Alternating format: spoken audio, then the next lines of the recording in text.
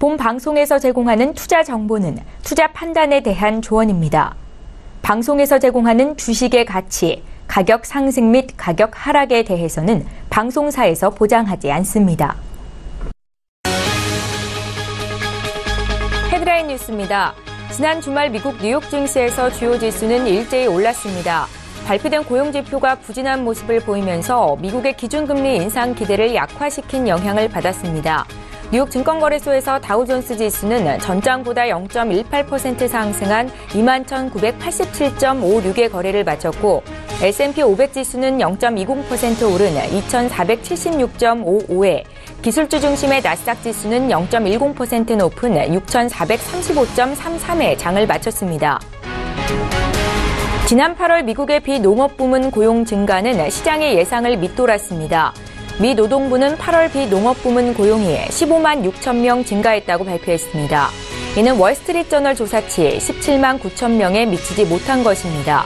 8월 실업률은 4.4%로 전월의 4.3%보다 올랐습니다. 다만 역사적으로는 여전히 낮은 수준입니다. 애널리스트들은 4.3%를 예상했습니다. 지난 8월 미국의 제조업 활동은 시장의 예상을 웃돈 호조를 보였습니다. 공급관리협회는 8월 제조업 구매 관리자 지수 PMI가 전월 56.3에서 58.8로 상승했다고 발표했습니다. 이는 2011년 4월 이후 최고치입니다. 월스트리트저널 조사치는 56.2였습니다. 지수는 50을 기준으로 확장과 위축을 가늠합니다. 국제유가는 미세하게 오르면서 이틀째 상승했습니다. 뉴욕 상품거래소에서 서부 텍사스산 원유 WTI 10월 인도분은 전일보다 배럴당 0.1% 상승한 47달러 29센트의 거래를 마쳤습니다. WTI는 미국 텍사스주를 강타한 허리케인 하비의 여파로 지난 한 주간 1.2% 하락했습니다. 미국 정유시설의 약 4분의 1이 가동을 중단하면서 원유 수요가 줄어들 것이라는 우려가 나온 것이 원인으로 분석됐습니다.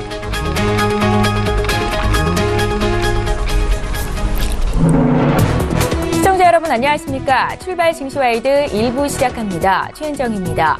지난 주말 미국 뉴욕 증시 3대 지수는 일제히 오름세를 보였습니다. 특히나 다우존스 지수는 장중의 심리적인 저항선이라고 여겨지는 22,000선을 재돌파하기도 했었는데요. 비농업 부문의 고용이 시장의 예상치에 미치지 못한 데다가 임금 상승세도 부진하게 나오면서 금리 인상 기대가 약해진 것이 증시의 호재로 작용했다는 분석이었습니다. 자, 지난주 마지막 거래 국내 증시 상황도 살펴보죠. 코스피가 기관의 팔자세에 이틀째 하락하면서 지금 2,357로 거래를 마쳤습니다. 반면에 코스닥 지수는 소리 없이 강한 움직임, 7거래일 연속 오름세를 이어가고 있는데요. 시가총액도 사상 최고치를 또 다시 갈아치우면서 코스닥은 0.63% 상승한 661포인트로 거래를 마쳤습니다. 자, 이번 주는 어제 있었던 북한의 6차 핵실험 도발이 금융시장에 얼마나 큰 파장을 미칠 것인가가 가장 주목해야 될 포인트인 것 같고요. 출발 증시와이드 일부 시간은 증시에 영향을 미칠 국내외 이슈 분석을 도와드리겠습니다. 자, 출발 증시와이드 9월 4일 월요일 지금 시작합니다.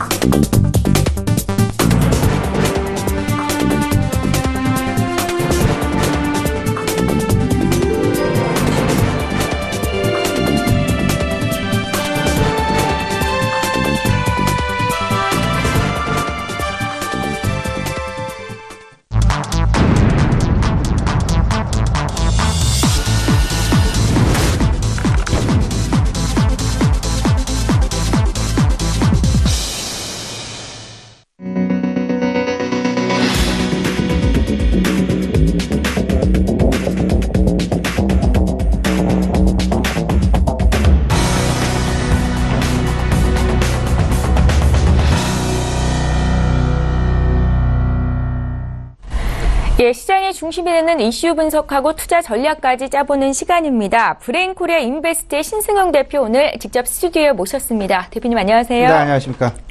자, 먼저 주말 동안 있었던 이슈 보겠습니다. 대북 대미 리스크가 좀 불거진 상황이었는데요. 먼저 북한 이슈부터 살펴보겠습니다.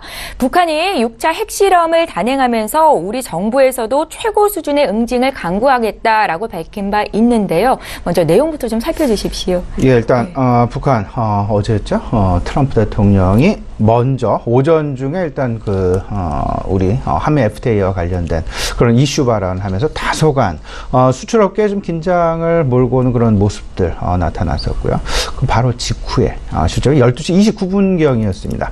기상청에서 12시 29분경 실질적으로 인공지진이 북한 함경북도 측에서 탐사가 되었다라는 그런 발표 나타나게 되면서 과연 이 인공지진이냐 아니면 실질적인 지진이냐 이를 놓고서 사실 설왕설래 명확하게 실질적으로 북한에서 핵실험을 한 것인지 아닌지 이 부분에 명확한 판단이 나오지는 않았습니다. 하지만 지금 현재의 상황, P파와 S파 이야기들 많이 들으셨으리라 생각은 되고 있는데요. 네. 특히나 P파의 감지 이 부분이 상당히 크게 나타나게 되면서 실질적으로 기본적인 자연 지진이 아닌 인공 지진일 가능성이 상당히 높겠다 이렇게 추정이 되면서 결국 어제 국가안전보장회의를 소집한 문재인 대통령 이를 놓고 북한의 6차 핵실험으로 인정을 하는 그런 공식화 선언을 하는 그런 모습들이 나타났었다라는 부분.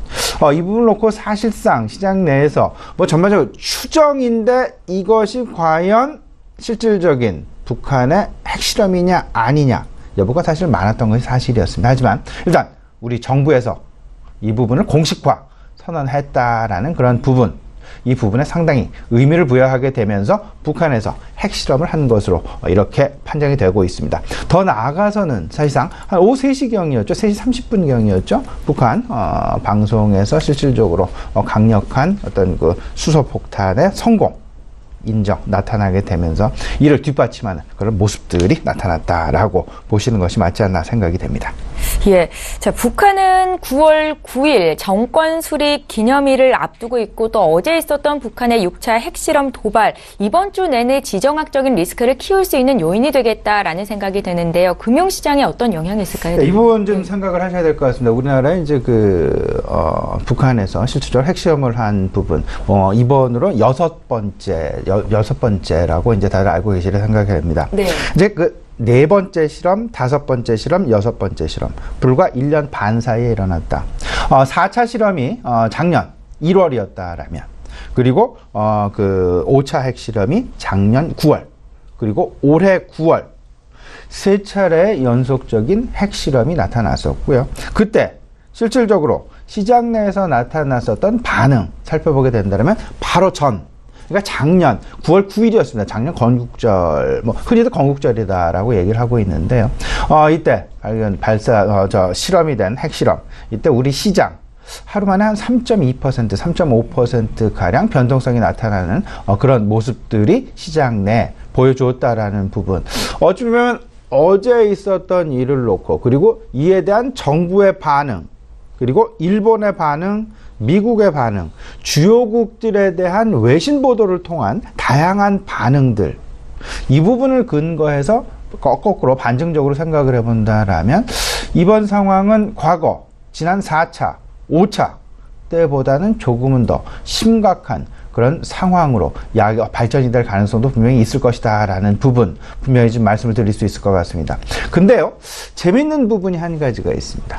지난 주말, 바로 앞서서 이제 최현정 앵커께서 이제 지난 주말 뉴욕 증시 이제 간단하게 좀 정리를 해 주셨는데요. 네. 다우종합지수 그리고 전반적인 미국 뉴욕 3대 지수 모두 상승 마감하는 그런 모습이 나타났죠. 여기에 오히려 고용지표, 조금 좀 부진한 고용지표가 오히려 시장 상승의 원동력, 빌미를 제공하는 그런 모습들로 나타났었다라는 부분. 오히려 고용의 부진이 실질적인 통화정책, 통화기조의 어떤 지연, 이런 부분들을 시장 내 내포를 하게 되면서 오히려 그런 가능성을 시사해주면서 시장, 오히려 유동성의 긴축 전환이 아닌 지금 현재 완화된 유동성이 계속 지속될 가능성이 있지 않겠느냐라는 기대감으로 조금 좀 변화되는 그런 모습들이 나타나게 되면서 시장 오히려 상승 마감했다라는 부분.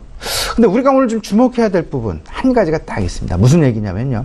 지난 주말 미국 MSCI 한국물 지수가 0.2% 상승 마감했다라는데 우리가 조금 좀 그렇게 된다라면 외국인들은 오히려 지난 주말 우리 시장에 대해서 0.2% 상승을 점치고 MSCI 항공물 지수가 0.2% 상승 마감을 했는데 우리 시장 오늘 그리고 그 사이에 주말 사이에 북한에서는 핵실험을 6차 핵실험을 했다. 그러면 이를 놓고 외국인들의 어떤 그 투자 심리 변화가 과연 어떻게 나타날 수 있을까의 여부, 이 부분이 오늘 시장 결국은 전약 후 약으로 갈 것이냐 아니면 전약 후 강으로 갈 것이냐, 이를 판가름 질 수 있는 가장 중요한 핵심 화두가 될 수 있다라는 부분 말씀을 좀 드릴 수 있을 것 같고요. 네. 한 가지 더, 한반도의 긴장감 일단 단기간에 해소될 것 같지는 않습니다. 한반도의 긴장감이 단기간에 해소되지 않는다라면 이 부분은 결국은 우리나라 지금 8월 한 달 동안 사실상 외국인들 약 2조 원가량의 순매도, 거의 9개월 만에 외국인들의 순매도가 나타났습니다. 이런 부분들을 좀 생각을 해본다라면, 그리고 지난 2016년 1월 이때가 북한이 4차 핵실험을 할 당시였습니다. 이때 외국인이 3조 원을 순매도를 했습니다. 그때 3조 원을 순매도한 상황, 그리고 8월 달에 2조 원을 순매도한 상황, 그리고 9월 첫 번째 주 주말에 북한에서 핵실험을 한 상황. 그러면 9월 시장 외국인들의 수급이 과연 지난 8월 달 매도 전환에서 다시금 매수 전환으로 재반전될 수 있을까의 여부, 이 부분은 오히려 지금 현재 나타나고 있는 다양한 이슈들이 있죠. 소위 말하는 북한발 지정학적 리스크 부분이 하나가 있고, 그러니까 이 부분을 소위 말하는 센티멘탈 리스크라고 한다면, 이제 소위 말하는 실적들과 연관된 경제 지표와 연관된 펀더멘탈 리스크가 또 한 가지가 있을 것이고, 그리고 시장 내 트럼프 대통령이랄지 그리고 문재인 정부의 어떤 그 공격적인 경기 활성화 정책이랄지 전반적인 폴리티컬 이슈가 있습니다.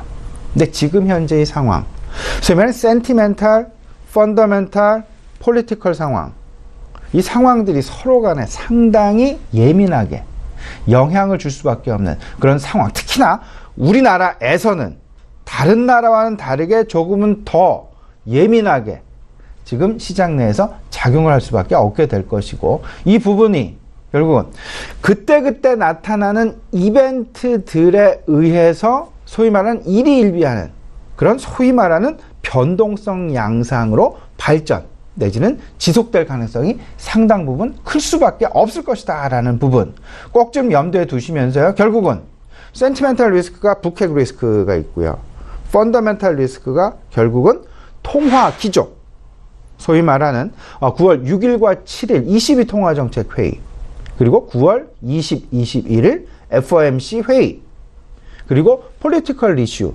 9월 한 달 내내 트럼프 대통령, 일단 미국에서 지금 가장 중요한 부분은 의회에서 2018년도 예산안을 9월 말일 이전에 승인을 할 것이냐 말 것이냐의 여부, 결국은 미국 연방정부의 셧다운 이슈가 9월 한 달 내내 미국 시장 내에 자리 잡을 가능성이 상당 부분 클 수밖에 없을 것이다 라는 이러한 폴리티컬 이슈가 분명히 자리 잡고 있다라는 부분, 이 부분을 큰 그림 속에서 9월 시장 그림을 그려 나가실 때 생각을 꼭 해 두셔야 되겠다라는 말씀 아울러서 좀 드립니다. 예, 북한발 도발로 인해서 오늘 시장 내 변동성은 불가피하겠지만, 그렇다면 시장이 크게 흔들릴 때 주식을 사야 되냐 말아야 되냐, 여기에 물음표가 있으실 것 같은데요. 구체적인 투자 전략은 잠시 뒤에 더 여쭤보도록 하겠습니다. 다음 이슈로 넘어가 볼 텐데요. 주말 동안에 또 대미 리스크도 불거졌었죠. 트럼프 대통령이 주말 사이에 한미 FTA 폐기 가능성에 대한 발언을 하면서 산업계가 긴장의 수위를 높이고 있는 상황입니다. 향후 어떻게 진행될 것이라고 보시는지요? 네, 이렇게 좀 생각을 하셔야 되겠죠. 그 한미 FTA 일단 여러 보도 채널을 통해서 알고 계시겠습니다만, 네, 가장 중요한 건 한미 FTA를 폐기할 수 있는 당사자는 대통령이 아니라 사실 의회다라고 이미 시장 내 상당 알려져 있고, 그렇다라면 그러니까 트럼프 대통령이 한미 FTA를 폐기할 수는 없다. 트럼프 대통령이 의회, 그리고 의회에서 이 부분을 결정을 해야 된다. 그리고 지난 한미 FTA가 체결될 당시를 생각을 해본다라면 이 부분도 여전히 마찬가지가 되겠죠. 국회의 비준이 없이는 이게 효력이 되지 않았다라는 그런 부분 생각을 해본다라면 폐기 절차 역시 의회의 동의 내지는 의회의 승인을 얻어야 된다라는 부분. 행정부와 입법부와 사법부가 있는데 입법부의 의지에 의해서 한미 FTA의 어떤 그 폐기 여부 결정이 될 것이다. 그러면 폐기는 안 간다. 그러면 소위 말하는 조정으로 이제 들어갈 텐데 이 조정으로 들어감에 있어서 미국 정부에서 오히려 조금 좀 어떤 그 우위권을 선점하기 위한 어떤 제스처 내지는 그 발언이 아니었나 이렇게 좀 생각이 좀 많이 들고요. 오히려 북한의 지금 현재 핵도발 상황 이 부분이 일단 오늘부터 사실상 지금 금융시장 내 일파만파 아마 변동성을 확대시킬 그럴 가능성이 상당 부분 높아 보입니다. 예.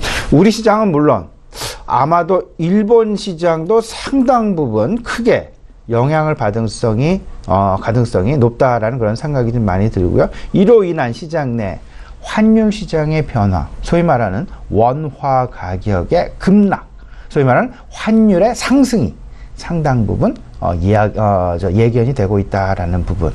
환율의 상승은요, 거꾸로 보면 외국인들로 하여금 원화의 가치가 더 떨어지니까 오히려 주가는 가만히 있다 하더라도 원화의 가치가 떨어지기 때문에 하루라도 빨리 매도를 해야만, 그래서 달러로 전환을 시켜야만 그들이 환으로 인한 손해를 좀 줄일 수 있다라는 그런 차원에서 생각을 해본다라면 지금 현재 예견이 되고 있는 어찌 보면 트리플 약세 국면, 이 부분에 환율 시장이 조금 더 휘발유를 끼얹을 가능성도 우리가 전혀 배제할 수 없다라는 부분. 그래서 3대 트리플 약세다라고 하면 원화의 약세, 주식시장의 약세, 채권시장의 약세, 이렇게 그 세 가지를 이야기를 하고 있습니다. 이 채권시장은 또 조금 좀 다른 이야기가 될 수 있을 것 같은데요. 채권시장, 어쩌면 CDS 프리미엄이라고 얘기를 하죠. 그 나라에 대한 위험 자산 가중치. 이 부분이 최근 들어서 상당 부분 급격하게 상승을 하고 있다라는 부분 생각을 좀 해보실 필요가 있어 보여요. 다만 긍정적, 그나마 조금 좀 다행인 부분, 오늘 우리가 하루 정도 시간을 벌었다라는 생각이 좀 많이 드는데 다들 이미 알고 계시죠? 오늘 저녁 미국은 노동절 휴장이 되겠습니다. 그나마 상당히 다양한 부분이다라고 이해를 하시면 될 것 같고, 노동절 휴장, 그러면 9월 4일 휴장이 되고 내일부터 이제 내일 밤에 장이 새롭게 열릴 텐데, 그때 과연 시장의 반응, 그때가 아마도 시장 내 갭을 줄일 수 있는 근거가 될 수 있을지, 아니면 갭을 더 확산시킬 수 있을지, 소위 말하는 글로벌 시장과의 커플링이냐, 글로벌 시장과의 디커플링이냐의 여부는 결국은 오늘 그리고 내일 우리 시장 어쩌면 좀 독자 행보를 할 가능성이 상당히 커 보이고요. 오히려 글로벌 시장과의 어떤 그 더 커플링이냐 디커플링이냐는 부분은 시장이 열리는 그런 상황 이후에나 우리가 좀 그 상황을 여부를 파악해 볼 수 있지 않겠느냐 말씀을 드릴 수 있을 것 같습니다. 아까 다시 죄송합니다. 한미 FTA 쪽으로 좀 다시 돌아오게 되면, 예. 한미 FTA.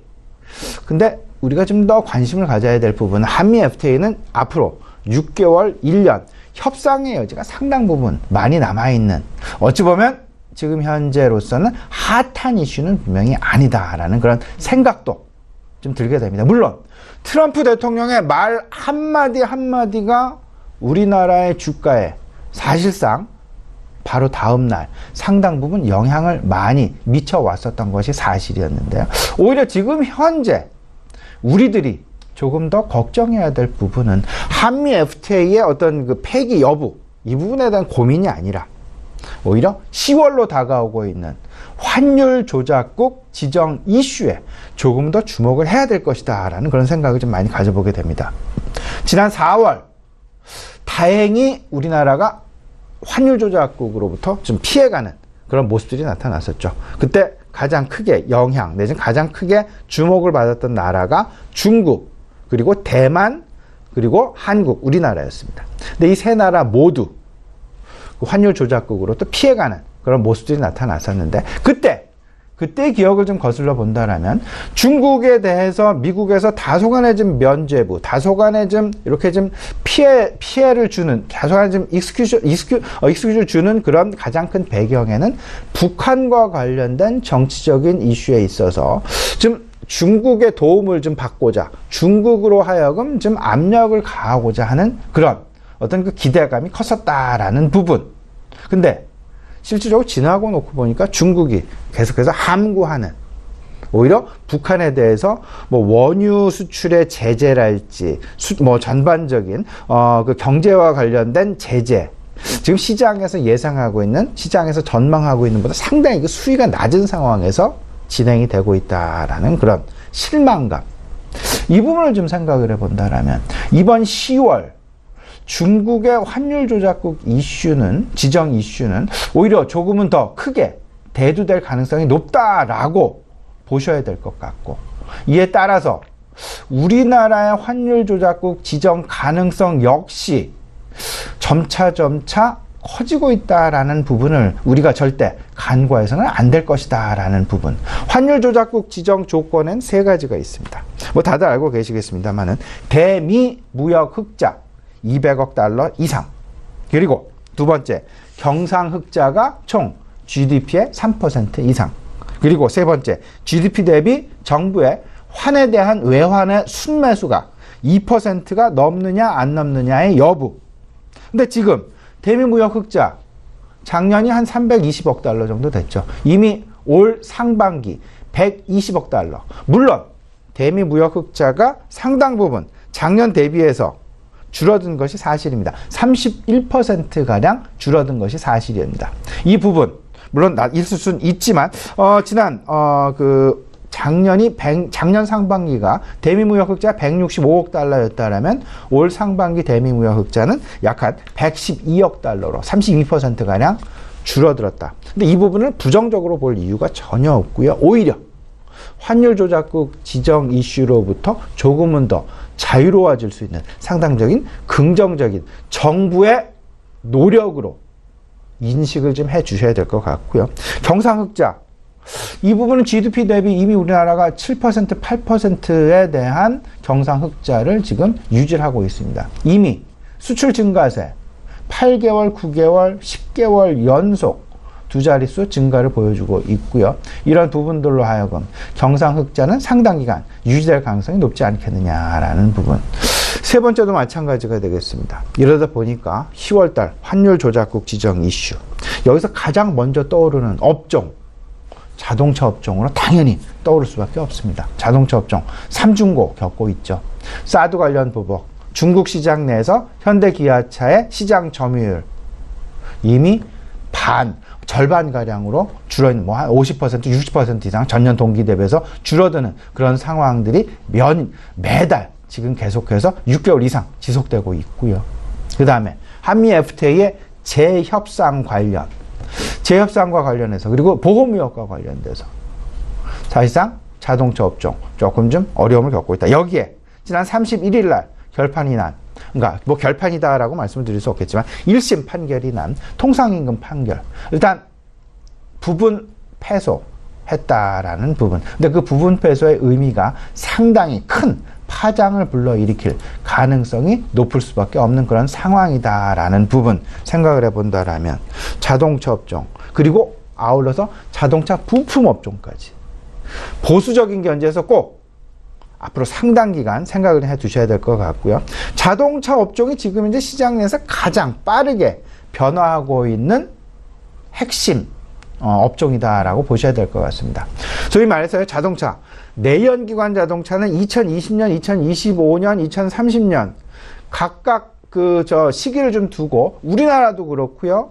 유로존, 특히나 중국과 인도 역시 마찬가지로 친환경차, 그리고 내연기관 자동차에 대한 신차 판매를 금지하는 그런 법안이 속속 통과되고 있다라는 부분 생각을 해본다라면 앞으로 내연기관 자동차는 점차 사라지게 될 것이고, 전기 자동차를 비롯한 친환경 자동차의 시장 내 진입 내지 시장 내 성장 상당히 괄목할 만할 수밖에 없을 것이다. 여기서 중요한 것, 내연기관 자동차와 관련된 자동차 부품 뭐 이런 부분들에 대한 관심 버리고요. 선별적으로 상당히 전기차로 집중을 해야 되겠다. 친환경 자동차로 집중을 해야 되겠다. 여기에는 두 가지가 들어갑니다. 배터리와 관련된 업종, 그리고 구동장치와 관련된 업종. 배터리, 최근 지난 주 후반부터 전기차 배터리와 관련된 시장 내 주가, 주식 상당히 크게 관심이 부각되어 가고 있는 그런 부분들, 이런 부분들과 절대 무관하지 않다라는 것 생각을 해보시면서 결국 자동차 업종의 큰 변화 꼭 포트폴리오로 실질적으로 옮겨가시는 그런 액션에 들어가셔야 되겠다라는 부분 아울러서 좀 강조해 드리도록 하겠습니다. 예, 트럼프 미 대통령의 한미 FTA 폐기 발언이 시사하는 바에 대해서 여쭤봤는데요. 한미 FTA 폐기는 의회의 승인을 얻어야 하는 문제이고 우리는 10월에 있을 환율 조작국 지정 여부에 더 포커스를 맞출 필요가 있겠다라고 조언을 하셨습니다. 자동차 업종에 대한 투자 의견까지 들어봤습니다. 자, 주말 내내 있었던 글로벌 시장의 큰 이슈를 먼저 짚어봤고요. 이제는 산업과 관련된 이야기를 좀 나눠보겠습니다. 유럽의 최대 가전 전시회라고 불리는 IFA 2017이 독일에서 지금 열리고 있습니다. 9월 1일부터 진행이 되고 있는데요. 이번 IFA 2017의 특징이 있다면 또 어떤 분야에 투자 포커스를 맞춰야 되는 건지 여쭤볼게요. 예, 지금 이렇게 좀 보셔야 되겠죠? 지금 이제 이런 이벤트들이 많으면 많을수록 시장 내 점점 테마주 형성 가능성이 높아지게 될 것이고, 네. 그 테마주 펀드들, 소위 말하는 중소형주 펀드들의 어떤 그 시장 내 설립 내지는 그 펀드 유입, 자금 유입 가속화가 나타날 가능성도 상당 부분 높을 것이다라는 부분. 예를 들면요, 연초부터 사실상 시장 내 지주회사 관련 펀드 상당히 큰 호평을 받으면서 관심을 받으면서 시장 내 자금 유입이 크게 나타났었다라는 부분, 우리 시청자들 이 부분 꼭 좀 기억을 해 두실 필요가 있어 보입니다.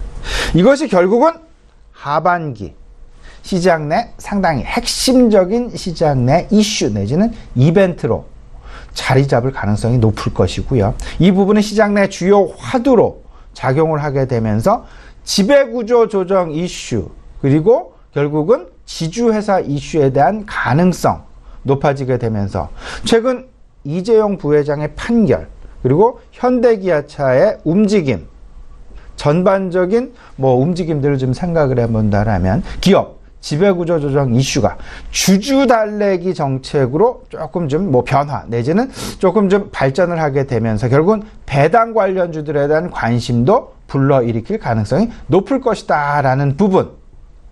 결국은 시장 주주 친화 정책에 대한 관심, 이 부분을 지배구조 조정 이슈와 같이 맞물려 생각을 해보시면서요. IFA도 마찬가지가 되겠습니다. 소위 말하는 연초에 있는 MW 모바일 월드 콩그레스랄지, 네. 아니면 전반적인 가진 박람회도 많이 있죠. 자동차 모터쇼도 있고요. 이런 부분들이 항상 열릴 때나 열린 직후 생각을 해본다라면 그때의 화두가 무엇이고 그 트렌드는 무엇이고 핵심은 무엇이었는지, 그에 따른 시장 내 최소한 한 달, 두 달, 세 달 그런 흐름이 어떤 지속되고 있다라는 부분 경험적으로 좀 생각을 해본다라면 IFA 2017 역시 그의 화두가 무엇이고 여기서 발전된 부분, 핵심이 무엇이었는지 생각을, 일단 첫 번째는 스마트홈 부분이 되겠습니다. 스마트홈 한 세 가지 정도가 연결된다라고 보셔야 되겠죠. 네트워크, 그리고 인공지능, 그리고 사물 인터넷. 이 세 가지가 연결이 돼 가면서 결국은 스마트홈에 한 발짝 더 다가서 가고 있다라는 부분. 여기에 간헐적으로 나타나는 것이 그 텔레비전의 어떤 화질이랄지, 아니면 냉장고랄지, 시그너처급 냉장고랄지, 이런 가전제품에 이제 우리 여성분들은 그런 부분에 대한 관심이 많을 수도 있겠는데, 오히려 증권시장 내에서는 그런 고급 가전이랄지 이런 부분들보다는 상황, 전체적인 그림, 흐름이 과연 어떤 방향으로 흘러갈 수 있겠느냐라는 부분. 미래 스마트홈에 대한 청사진을 분명하게 제시를 하고 있다라는 부분. 백색 가전과 사물 인터넷과 인공지능이 합해지는 그런 그림이 그려지고 있다. 이미 미국 시장에서는 스마트홈과 스마트 시큐리티까지 상당 부분 많은 발전, 진보가 통신회사들과 가전업체들 간에 많이, 그리고 소위 말하는 보안회사들 간에도 많이 그 연횡 내지는 연합이 이루어져서 그 산업 내 그리고 실물 경기 내, 실물 우리 그 생활 내에 많이 침투해 있다라고 보셔야 될 것 같고, 이런 부분들이 점차 우리 시장으로도 한 발짝 한 발자국 다가오고 있다라는 부분 생각을 해 보셔야 되겠다라는 부분. 지난 이세돌 구단과 알파고와의 어떤 그 바둑을 격돌했던 그런 시기 생각을 해본다면 인공지능에 대한 관심 부분 상당히 높아졌었다라는 여러 가지 경험치들을 우리가 이미 가지고 있습니다. 이런 부분들을 생각을 해본다면 AI와 사물 인터넷 그리고 가전 연결이 된다라는 그런 부분들, 결국은 그 핵심점에는 사물 인터넷과 인공지능 부분, 우리 인공지능에 대한 관심 분명히 이다 조금 좀 키워 나가셔야 되겠다라는 그런 어떤 그 추천의 말씀도 아울러서 좀 드리고자 합니다. 예, 이벤트가 많을수록 테마주나 중소형주의 자금 유입 가능성이 있겠다라고 말씀을 하셨는데 투자의 인사이트를 가져가시면 좋겠다라는 생각이 들었습니다. 자, 또 하나의 중요한 이슈가 있습니다. 바로 유가인데요. 미국 텍사스 지역을 강타했던 태풍 하비의 세력이 약화하고 있다는 소식입니다. 미국 정부는 하비 피해 복구에 16조 원의 예산 투입을 편성을 의회에 요청을 하면서 정상화에 최선을 다하고 있는 모습인데요. 다만 문제는 피해 복구에 상당 기간의 시간이 소요될 것으로 예상이 되면서 석유류 등 에너지 시장 내 영향이 불가피할 것이다 라고 예상이 된다는 겁니다. 이 점은 어떻게 보고 계십니까? 네, 이렇게 이 부분 좀 간단하게 좀 생각해 보죠. 일단 그 루지애나 지역과 텍사스 지역 그 연안에 미국의 그 원유 정제 시설의 3분의 1 이상이 자리를 잡고 있다. 그러면 거기가 지금 태풍에 의한 피해로 공장이 돌아가고 있지 않다. 그러면 당연히 원유의 수요가 감소를 하게 되고 석유 제품의 공급이 하락을 하게 되는 그런 상황. 그러면 원유의 가격은 하락을 하게 되고 석유류 제품의 가격은 상승을 하게 되는. 그러면 정유회사 입장에서 조금 우리 입장에서는 상당 부분 조금 좀 미안한 이야기, 좀 안타까운 이야기일 수는 있겠지만 정유업종 입장에서는 오히려 정제 마진이 상승하는 그런 모습들이 최근 들어서 나타나고 있다라는 부분. 이 부분은 정제 마진의 상승뿐만 아니라 석유화학 제품의 제조 마진에까지 영향을 미치게 되면서 전반적인 어떤 그 원자재 가격의 다소간의 좀 하락. 근데 이 부분이 제품 가격의 상승으로 나타나는 이런 부분들. 일단 당분간에 수요와 공급의 불일치 현상이 나타나게 되면서 균형을 잡아가기까지는 다소간 좀 시간이 걸릴 가능성이 있을 것이다. 그 사이에 제조회사들은 다소간 좀 상당 부분 수혜를 누릴 그럴 가능성이 크지 않겠느냐라는 부분. 조금은 좀 에너지 전반적으로 정유업종이랄지 석유화학 업종이랄지 조금 좀 긍정적인 견지에서 좀 입장에서 투자 판단을 하셔도 괜찮지 않을까라는 말씀 좀 드리고 싶습니다. 예, 당분간은 정유나 석유화학 업종 국내 시장에서도 좀 상승세를 탈 수 있겠다라는 생각이 들었는데요. 지금까지 오늘 또 이번 주 내내 시장에 영향을 미칠 이슈 분석을 좀 도와드렸습니다. 아마 시청자 여러분들 가장 궁금한 게 오늘 시장이 좀 빠진다면 주식을 담아야 되는 건지 아니면 들고 있던 물량이라도 다 정리를 해야 되는 건지 여부일 텐데요. 대표님의 의견 좀 들어볼게요. 예, 이렇게 좀 생각을 하셔야 될 것 같습니다. 일단 우리 시장 오늘 영향을 받겠죠. 그리고 저도 사실상 상당히 마음이 좀 무겁습니다. 사실인데요. 근데 이 부분이 과연 시장의 관심은 얼마만큼 빠르게 회복을 할 수 있겠느냐, 아니면 이 부분 회복의 시간이 장기화가 될 것이냐. 결국 이를 놓고 북한 핵에 대한 변동성에 대해서 이를 위기로 볼 것이냐 아니면 기회로 볼 것이냐. 이게 입장의 차이에 따라서 상당 위기일 수도 있고 기회일 수도 있다라는 그런 생각이 좀 들긴 하는데요. 네. 일단 저는 개인적으로는 기회로 활용을 해보자. 근데 다만 이 부분은 단기적인 기회로 활용을 해보자라는 말씀을 드리기보다는 중장기적인 차원에서 기회로 활용해볼 여지가 충분히 높을 수 있다라는 부분 좀 말씀을 좀 드리고 싶습니다.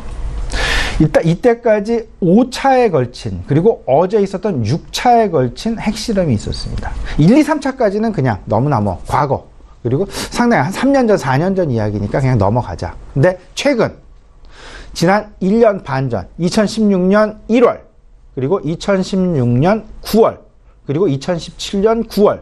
과연 작년 두 번의 상황과 올해 이번의 상황이 어떻게 다를 수 있을까의 상황을 좀 생각을 해본다면 일단 핵실험의 강도가 좀 세졌습니다. 그리고 그 사이에 일어났던 북한의 미사일 발사 실험이 다양하게, 그리고 바로 일주일 전에 미사일 발사 실험이 또 있었죠. 이런 부분을 생각을 해보면 이번은 조금 좀 다를 수 있다라는 부분. 근데 저는 이 부분 사실상 길 가능성이 어느 정도 장기화될 가능성이 있지 않겠느냐라는 부분. 그래서 짧은 관점으로 시장 진입을 하시려는 분이 계시다라면 오히려 저는 이 부분을 좀 말리고 싶고요. 네. 중장기적인 관점으로 시장 전체 회복되는 그런 과정을 가지고 조금은 좀 쌀 때 사서 이 부분 좀 2주 이내 아니면 일주일 이내 예를 들게 되면요. 아니면 한 달 이내 언젠가는 회복이 되겠지. 네. 나는 조금 좀 편안한 마음으로 오늘의 위기 상황을 기회로 활용하시겠다라는 마음이 있으시다라면 얼마든지 가능할 수 있지 않을까라는 그런 부분 말씀 좀 드려봅니다. 다만 이제 건국절이라는 9월 9일 이슈가 있고요. 그 다음에 9월 6일에서 9월 7일 22 통화정책회의가 있습니다. 일단 가장 중요한 건 건국절을 넘어가느냐 안 넘어가느냐 여부, 그때까지는 상당 시장에서는 긴장의 끈을 놓지 않을 것 같고요. 네. 이때까지는 조금 좀 보수적인 견지의 상황 필요해 보이지 않을까라는 말씀이 좀 드려보고요. 다만 그러면 계속 이제 눌려야만 있을 것이냐, 기회는 분명히 중소형주 중에서 나올 수 있다. 중소형주 앞서서 말씀드렸죠. IFA와 관련된 어떤 시장 내 인공지능이랄지, 그리고 애플 아이폰 8 출시 이제 9월 한 12일 정도로 그 가능성이 상당히 높아지고 있습니다. 그러면 아이폰 8과 관련된, 그러면 OLED 관련주, 그리고 소위 말하는 생체 인식 관련주, 그다음 카메라 모듈 관련주, 이런 부분에 대한 관심 계속 가지셔야 될 것 같고요. 자동차 업종의 지각 변동 말씀을 드렸습니다. 자동차는 버릴 수 있지만, 자동차는 좀 보수적이지만 전기 자동차는 상당히 지금 집중적으로 자동차 업종 관련해서 우리가 좀 관심을 가질 필요가 있어 보인다. 특히나 배터리와 구동 장치, 핵심 부품입니다. 이 부분에 대한 관심 가져보면 어떨까 싶습니다. 예, 오늘 시장이 크게 흔들린다면 중장기적으로는 편안하게 또 기회로 활용해 볼 수 있겠다라는 말씀을 주셨는데요. 기회는 대형주가 아니라 중소형주에서 열릴 가능성이 있다는 말씀까지도 잘 기억을 해 두셨으면 좋겠습니다. 자, 오늘 신승용의 시그널 나우 브레인 코리아 인베스트의 신승용 대표 모시고 자세한 이야기 들어봤습니다. 고맙습니다. 예, 출발 증시와이드 1부 시간 여기서 마칩니다. 저희 잠시 뒤 2부 시간에는 시청자 여러분들의 종목을 상담해 드리는 시간도 마련하고 있는데요. 건당 100원의 정보 이용료가 부과되는 샵 0082번 유료 문자 번호로 지금 문자 참여하시면 되겠습니다. 그럼 저희는 잠시 뒤 2부 시간으로 다시 오겠습니다. 고맙습니다.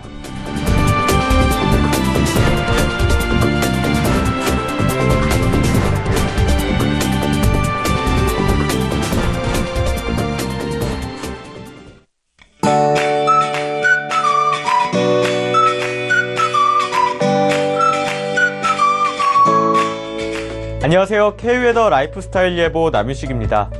요즘 아침 저녁으로는 쌀쌀하다가도 한낮에는 기온이 올라 덥다 느끼시는 분들 계시죠? 월요일인 오늘도 큰 일교차로 인해 한낮에는 덥겠습니다. 강원 영동 지역을 제외한 전국 대부분 지역이 한낮 기온 30도 안팎까지 오르겠는데요. 이렇게 일교차가 크게 벌어지는 시기엔 호흡기 질환에 걸리기 쉽다고 합니다. 건강관리에 더욱 신경 쓰셔야겠습니다. 위성 영상 보시면 남부지방을 중심으로 구름이 다소 많이 지나는 모습입니다.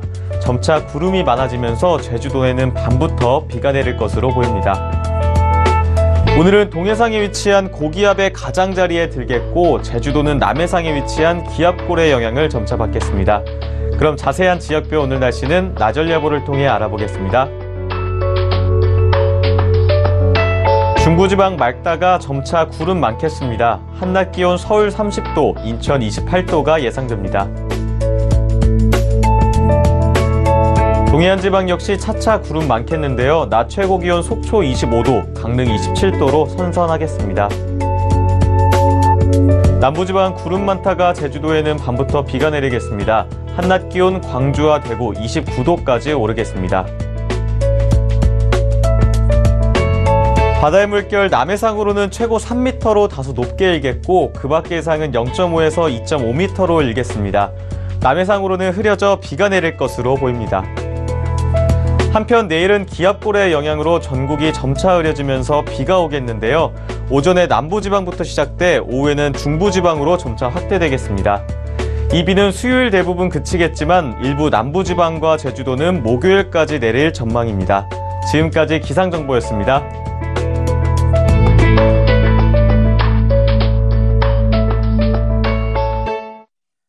본 방송에서 제공하는 투자 정보는 투자 판단에 대한 조언입니다.